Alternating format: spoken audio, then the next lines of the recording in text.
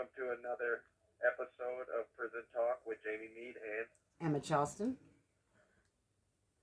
and this is just an open discussion, a short one-time call, approximately 10 minutes.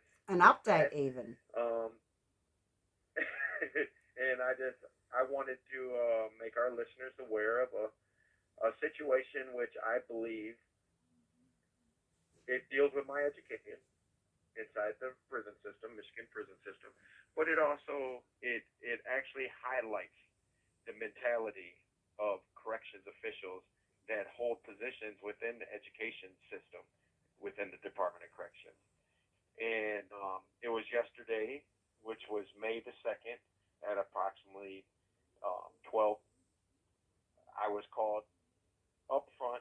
The officers in the unit, the prison guards in the unit told me the inspector wanted to speak to me, Inspector Herbert, and they wrote me a pass to go up front to the control center of the Macomb Correctional Facility.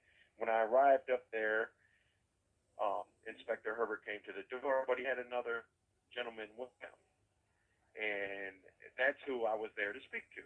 Well, that other gentleman led me into an office without Inspector Herbert being present, and he introduced himself as Mr. Gilbert, Gilbert. I asked him how to spell it, and he was from Internal Affairs for the Michigan Department of Corrections. And it struck me kind of strange that, what does Internal Affairs want to talk to me about? And he started asking me questions about, am I in the dog program, which I answered yes. He asked me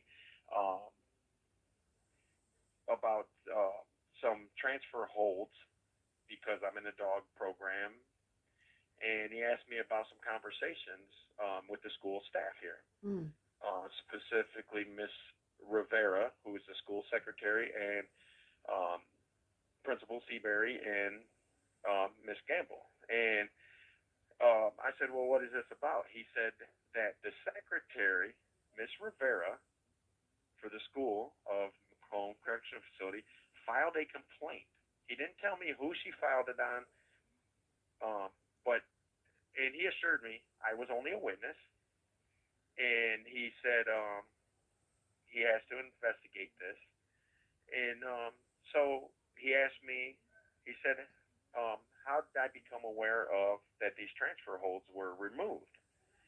And I said, well, my supervisor had hired some new dog handlers and periodically, checks to see if her dog handlers' holds are still on, the computer. Yeah. And she just made the comment. I mean, she didn't go into details telling me all this stuff, but she made the comment that, oh, your holds were off again, and I had to come back on. And the thing was, I had holds. I had 3 holds, actually. I had one CFA hold for education from Miss Heather Gay, that's here. I had a second hold that was for Prison Fellowship Academy at the facility, which is a first time held at Macomb Correctional Facility, which is a 1-year program, and I had a dog hold for the leader dogs of the blind. And all of those holds were removed. And then he went into asking me about a meeting I had with Miss Gamble, Mr. Seabury, the principal, and Miss Rivera was present. And he said, did Miss Rivera tell you that she did not care if the director, Miss Gay, Mr. Kaminsky, or the President of the United States told her that she was doing this program, she would not do it unless it was written in policy? And I said, absolutely. And he's, and I was concerned. Yeah. So I asked, I said, is this going to mess with my program? My master's in divinity at the Chicago Theological Seminary? And he said, absolutely not. And he also said, I asked him, is this, about my supervisor or the leader dogs? I don't want to hurt the program or nothing. And he said, no, it says you're a witness on this complaint about this, about it started with the school stuff, your master's in divinity by Miss Rivera. And as I said, he never said who she filed the complaint on. Yeah. But she did not know anything about, the the transfer holds, or I don't think she did, Yeah. unless Miss Gay, because I did write Miss Gay and Mr. Kyle Kaminsky a thing saying that my holds keep getting removed, um, which appears that they were trying to transfer me to get rid of me. Yeah. And I also wrote Mr. Kaminsky and Miss Gay about the conversation. And what made that so unusual, as we spoke about before in recordings in this on the podcast, is that that conversation happened, and then Miss Gay came on and instructed them that they will be doing this Masters in Divinity with me, that it was a pilot project. Yeah. And so it appears that Miss Rivera filed a complaint against her, it must have been against her supervisors, for requiring the Macomb Correctional Facility School to work with the Chicago Theological Seminary to provide a Master's in Divinity for me. And to me, that just shows the mentality of corrections officials at the facility level. Well, to me, it actually is more positive, and it shows that somebody somewhere's looking into it and paying attention and possibly checking into something. So there's a positive side to it, don't you think? Well, I think the complaint is for the fact that they were able to do something. Oh, of course. But the fact that they're looking into it. That. So, and actually it does, because as Miss Gay had told me on that Zoom, that it was approved by Mr. Kaminsky, and Mr. Kaminsky got the authorization from the director of the Department of Corrections. But I just find this so odd that a lower level staff that is supposed to support education is so opposed of a prisoner earning such a high graduate level education. Or any education at all, perhaps. It just, yeah. Why is she still working?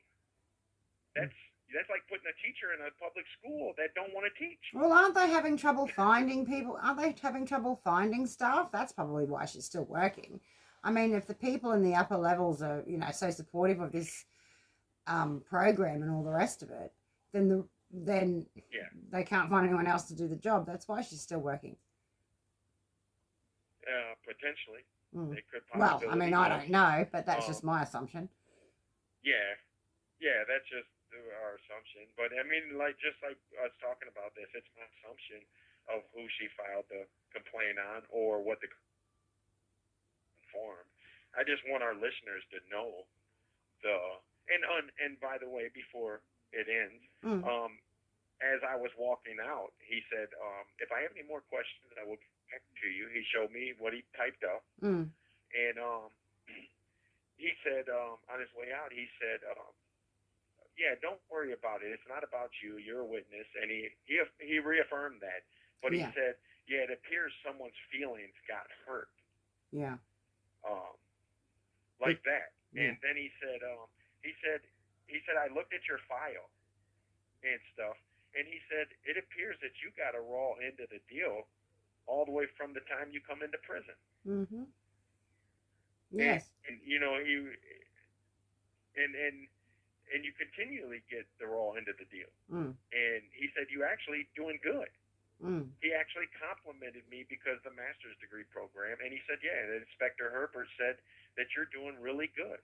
That, so that, that those statements are just, there's no indication of negativity. There's no indication of criminality. There's only positivity. And it just, by him recognizing that, always getting all into the deal for doing positive things. Well, that's got to be a bit. Like it would be. That's got to be a bit of a uplifting thing for you personally, though. Surely, you'd be like, "Oh, finally." Yeah, it's because they're recognizing that I'm not doing anything negative. That I'm politically active. I'm earning the education at a graduate level. That right there alone should be encouraged and promoted within the Department of Corrections. But again, lower level staff, a lot of them don't like that. No, apparently not. And yeah. um, but I just wanted to, I think we covered everything on this short recording and for the podcast, and I think people should know this. These, what goes on within the Department of Corrections, and you see it. You see it as sort of a reinforcement of the mentality, whereas I actually view it a bit more. I view the department a bit more positively after this update. Different perspectives, but I'm like, oh, well, good. So somebody's apparently taking something seriously, and that's good because, for a while there, I was convinced it was just a personal thing. Somebody has a personal thing against you personally, but people are taking it. They appear to be doing something about something, so that's a good thing. Now, if we could just get Crystal Clark her medication and stuff like that, that'd be awesome. Yeah. Some of the medical we did for that, and we can actually cover some more of that on future podcasts. That's a bloody shit. But I think we covered it, and at least have this short message that someone can click on and listen to. Yeah. And if you have any comment about it, reception. Please post the social media from, it's free Jamie Mead to hashtag National Lifers of America. Yeah. You can post on any of those social media outlets, and you can you can call and ask questions to the Department of Corrections. You can, people in society need to start being more actively involved with everyday government functions. Well, if there's anything I have noticed, and I haven't been involved in any of this for very long at all, but what I have noticed is if people actually do email or call or ask questions, something actually does happen, but you need to do it. Yes, and the public should want society as a whole. Although I'm serving life without parole, it's costing the state nothing for my education. A little bit of time with staff, but some of the staff are very excited about me being at this level of education, and they are, a lot of staff are helpful. They really want to see me. They actually want to see me. You have 1 minute remaining. They actually want to see me earn a PhD in prison, so they are very helpful because they see it as such a positive thing that newsworthy. Yeah. But it is our fall is coming to an end. So thank you for listening, and thank you for our followers, and hope you tune back in for the next episode, which will be at some point. We're very busy at the moment with the NLA stuff and the website and the social media, but we're getting there. And I will give you a call back. You better. All right. All right. With that.